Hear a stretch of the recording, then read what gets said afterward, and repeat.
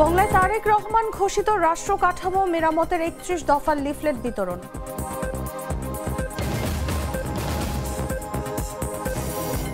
চট্টগ্রামের মিরসরে ভারতীয় শাড়িসহ ২ চোরা কারবারি আটক।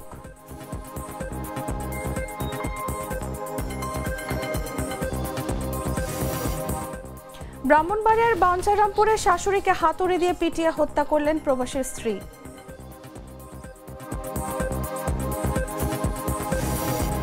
লালমনিরহাটের বুড়িমারি স্থলবন্দরে ৩ দিন আমদানি রপ্তানি বন্ধ।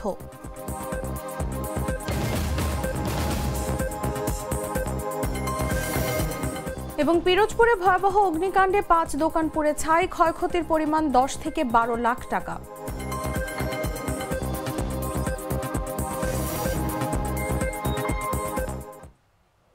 এতক্ষণ শুনছিলেন সংবাদ শিরোনাম। দর্শক, আমন্ত্রণ দেশ জুড়ে সংবাদে, সাথে আছি আমি তাসলিমা তিথি।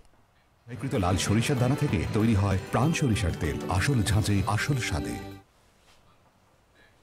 চলে যাচ্ছি পুরো খবরে।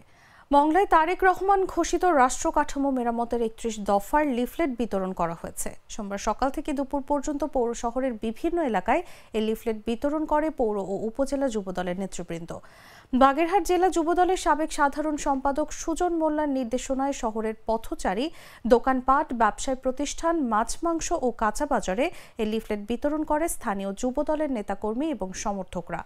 এই লিফলেট প্রচারণায় অন্যান্যদের মধ্যে উপস্থিত ছিলেন উপজেলা যুবদলের যুগ্ম আহ্বায়ক মিঠু ফকির, খালিদ মাহমুদ সোহাগ, পৌর যুবদল নেতা মাসুম ভূঁইয়া, রতন মাহমুদ বিএম, ওয়াসিম আরমান, সুমন মল্লিক, জিয়াউল রহমান হিরণ, মোহাম্মদ মহারাজ, নাসির মহসিন ভূঁইয়া।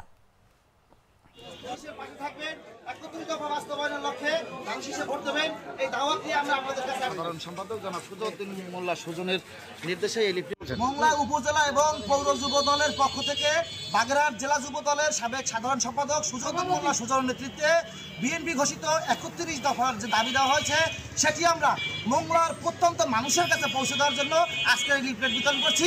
ইনশাআল্লাহ সাধারণ মানুষ আমাদেরকে আশ্বস্ত করছে আগামী সংসদ নির্বাচনে ধানের শীষে ভোট দিয়ে ইনশাআল্লাহ বিএনপির পাশে থাকবে। গত ১৩ জুলাই ২০২৩ জাতির সামনে ৩১ দফা রূপরেখা, রাষ্ট্র কাঠামো মেরামতের জন্য যে রূপরেখা দিয়েছে, তারই ধারাবাহিকতায় আগামী জাতীয় সংসদ নির্বাচনে যাতে জনসাধারণ থেকে আমরা উদ্বুদ্ধ করতেছি, যাতে করে এই দেশকে বিনির্মাণের জন্য, রাষ্ট্রকে সুন্দর এবং সার্থক করার জন্য জনাব তারেক রহমানের ৩১ দফা যাতে বাস্তবায়ন হয়, তার জন্য আমরা মানুষের দ্বারে এবং মানুষের কাছে যে আমাদের এই বার্তা, তারেক রহমানের বার্তা। শহীদ ডক্টর মোহাম্মদ শামসুজ্জোহার কবর জিয়ারতের মাধ্যমে রাজশাহী বিশ্ববিদ্যালয় কেন্দ্রীয় ছাত্র সংসদ রাকসুর অফিসিয়াল কার্যক্রম শুরু করেছেন নবনির্বাচিত সদস্যরা। সোমবার সকালে তারা এই কবর জিয়ারত করেন। পরে বিশ্ববিদ্যালয় কবরস্থান ও রাজশাহীতে শহীদ সাকিব আঞ্জুম ও শহীদ আলী রায়হানের কবর জিয়ারত করেন তারা। এ সময় রাকসুর ভিপি মোস্তাকুর রহমান জাহিদ বলেন, আজ শহীদ শামসুজ্জোহার স্যারের কবর জিয়ারতের মধ্য দিয়ে তারা রাকসুর কার্যক্রম শুরু করেছে। স্যার যেভাবে শিক্ষার্থীদের অধিকার ও মর্যাদা রক্ষায় নিজের জীবন উৎসর্গ করেছেন, আল্লাহ তাআলা তাকে শহীদ হিসেবে কবুল করুন। তার আদর্শ ও চেতনাকে ধারণ করে নবনির্বাচিত প্রতিনিধিদের শিক্ষার্থীদের কল্যাণে কাজ করতে চাই, আল্লাহ সেই তৌফিক দান করুক।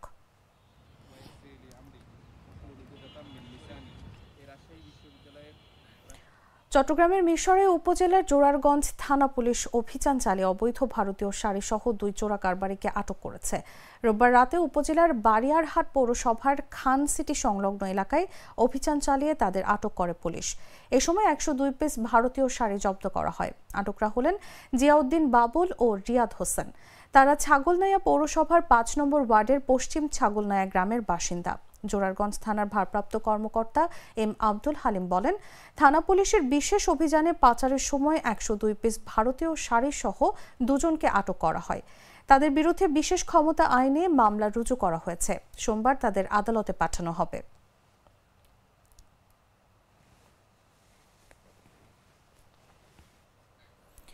ব্রাহ্মণবাড়িয়ার বাঞ্ছারামপুরে পারিবারিক কলহের জেরে পারুল বেগম নামের এক বৃদ্ধাকে হাতুড়ি পেটা করে হত্যা করেছে তার পুত্রবধূ। রোববার সন্ধ্যায় উপজেলা সদরের আসাদনগর মধ্যপাড়া গ্রামে এই ঘটনা ঘটে। এ ঘটনায় পুত্রবধূ লিলি আক্তারকে আটক করেছে পুলিশ। বাঞ্ছারামপুর মডেল থানার ভারপ্রাপ্ত কর্মকর্তা হাসান জামিল খান জানান, পারুল আক্তার ও আব্দুল ওয়াহিদ মিয়া দম্পতির একমাত্র ছেলে বিল্লাল প্রবাসে থাকেন। বাড়িতে তারা দুজন ছাড়াও পুত্রবধূ লিলি আক্তারও থাকেন। লিলির 3 সন্তান রয়েছে। শাশুড়ির সঙ্গে তার পারিবারিক কলহ লেগেই থাকতো, প্রায় সময়ই বাকবিতণ্ডা হতো। তিনি জানান, রোববার সকালে আব্দুল ওয়াহিদ মিয়া কুমিল্লায় চিকিৎসার জন্য যান। সন্ধ্যায় শাশুড়ির সঙ্গে লিলির ঝগড়া বাঁধে। এক পর্যায়ে ঘরে থাকা হাতুড়ি দিয়ে শাশুড়ির মাথায় আঘাত করে এবং মাথা ও মুখে এলোপাথারি পিটিয়ে রক্তাক্ত করে। এতে ঘটনাস্থলেই পারুল বেগম মারা যান।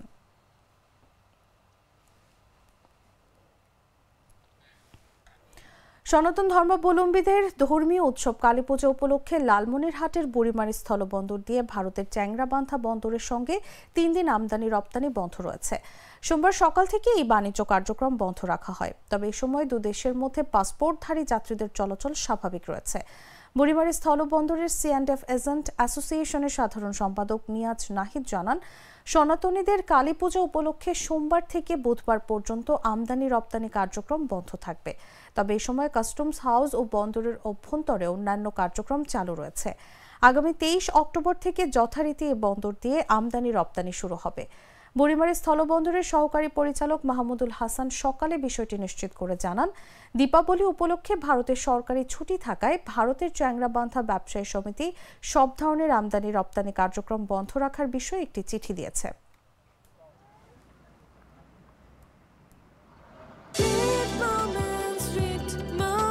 Treat chocolate. Treat moment. Sweet moment. Pirojpur সদর উপজেলার রানীপুর এলাকায় আগুনে পুড়ে 5টি দোকান ছাই হয়ে গেছে। রোববার গভীর রাতে পিরোজপুর সদর উপজেলার রানীপুর এলাকার রানীপুর বাজারে এ ঘটনা ঘটে। এ সময় বাজারের 5টি দোকান আগুনে পুড়ে ছাই হয়ে যায়। আনুমানিক 2:30টার দিকে আগুনের সূত্রপাত হয়। স্থানীয়রা আগুন দেখতে পেয়ে ফায়ার সার্ভিসে খবর দিলে ফায়ার সার্ভিস ঘটনাস্থলে এসে স্থানীয়দের সহযোগিতায় 40 মিনিটের চেষ্টায় আগুন নিয়ন্ত্রণে আনতে সক্ষম হয়।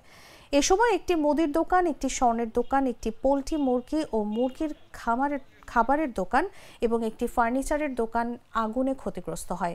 ফায়ার সার্ভিসের তথ্য অনুযায়ী বৈদ্যুতিক শর্ট সার্কিটের মাধ্যমে দুর্ঘটনা ঘটতে পারে। ফায়ার সার্ভিসের স্টেশন ইনচার্জ যুগল বিশ্বাস জানান, আগুনে আনুমানিক 12 থেকে 15 লক্ষ টাকার ক্ষতি হতে পারে। আমি দোকান আটকে ঝাপটা আটকে তালা দিয়ে চলে গেছি। তালা দিয়ে চলে যাওয়ার পরে রাত্র 3-4 বাজে তখন আমার পাশের দোকানদার আমাদের ফোন দিয়েছে যে তোমার দোকানে আগুন লাগবে, তাড়াতাড়ি আসে। তখন আমি জিজ্ঞেস করছি যে আমি কি ফায়ার সার্ভিস ফোন দেবো? তো বলছে না, ফায়ার সার্ভিস ফোন দেওয়া হয়েছে, তুমি তাড়াতাড়ি। এরপর এই দিতে ফায়ার সার্ভিসে পানি দিয়ে আগুন নিবেইতেছে। 20 লক্ষ টাকার ক্ষয়ক্ষতি হয়েছে। মানে 3টে ফ্রিজ ছিল, আর আমার ওই মুদি ব্যবসা ছিল, কসমেটিকের ব্যবসা। 9:30টার দিকে আমি চলে গেছি বন্ধ করে, কিন্তু আমি এই রাত 3-3:30 দিকে খবর পাইছি যে আগুন লাগেছে।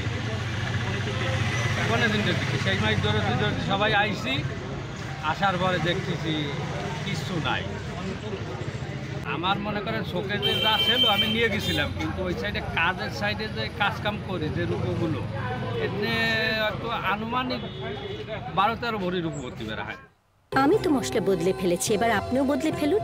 একবার প্রাণ গুঁড়া মশলা ব্যবহার করেই দেখুন। পিরোজপুরের কাউখালীতে ডাকাত সন্দেহে গণপিটুনিতে মোহাম্মদ আলী নামের এক যুবকের মৃত্যু হয়েছে। রোববার রাতে খুলনা মেডিকেল কলেজ হাসপাতালে চিকিৎসাধীন অবস্থায় তার মৃত্যু হয়।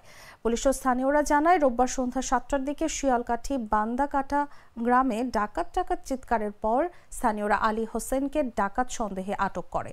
এরপর বিভিন্ন এলাকা থেকে লোকজন এসে তাকে বেধড়ক মারধর ও গণপিটুনি দেয়। গণপিটুনিতে গুরুতর আহত অবস্থায় তার হাত পা বেঁধে ফেলে রাখা হয়। পরে স্থানীয়রা ঘটনাস্থল থেকে আলীকে উদ্ধার করে রাত 9টার দিকে কাউখালী উপজেলা স্বাস্থ্য কমপ্লেক্সে নিয়ে যান। পরে কর্তব্যরত চিকিৎসক তার অবস্থা আশঙ্কাজনক হওয়ায় তাকে খুলনা মেডিকেল কলেজ হাসপাতালে পাঠান। রাত 12:30টার দিকে খুলনা 250 শয্যা মেডিকেল কলেজ হাসপাতালের জরুরি বিভাগে কর্তব্যরত মেডিকেল অফিসার তাকে মৃত ঘোষণা করেন।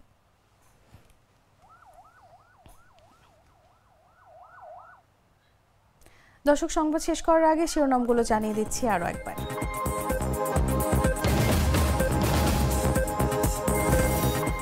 মংলায় তারেক রহমান ঘোষিত রাষ্ট্র কাঠামো মেরামতের ৩১ দফার লিফলেট বিতরণ।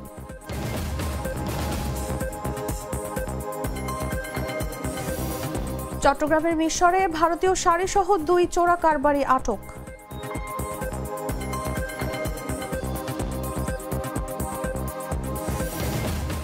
ব্রাহ্মণবাড়িয়ার বাঞ্চারামপুরে শাশুড়িকে হাতুড়ি দিয়ে পিটিয়ে হত্যা করলেন প্রবাসী স্ত্রী।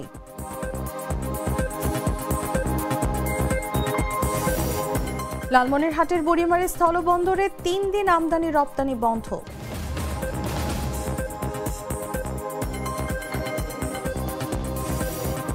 এবং পিরোজপুরে ভয়াবহ অগ্নিকাণ্ডে ৫ দোকান পুড়ে ছাই, ক্ষয়ক্ষতির পরিমাণ ১০ থেকে ১২ লাখ টাকা।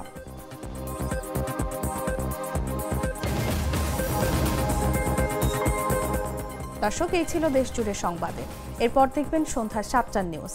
প্রতি মুহূর্তের সর্বশেষ খবর জানতে ভিজিট করুন jagonews24.com। ফলো করুন আমাদের ভেরিফাইড ফেসবুক পেজ এবং সাবস্ক্রাইব করুন জাগো নিউজের ইউটিউব চ্যানেল। ধন্যবাদ সবাইকে।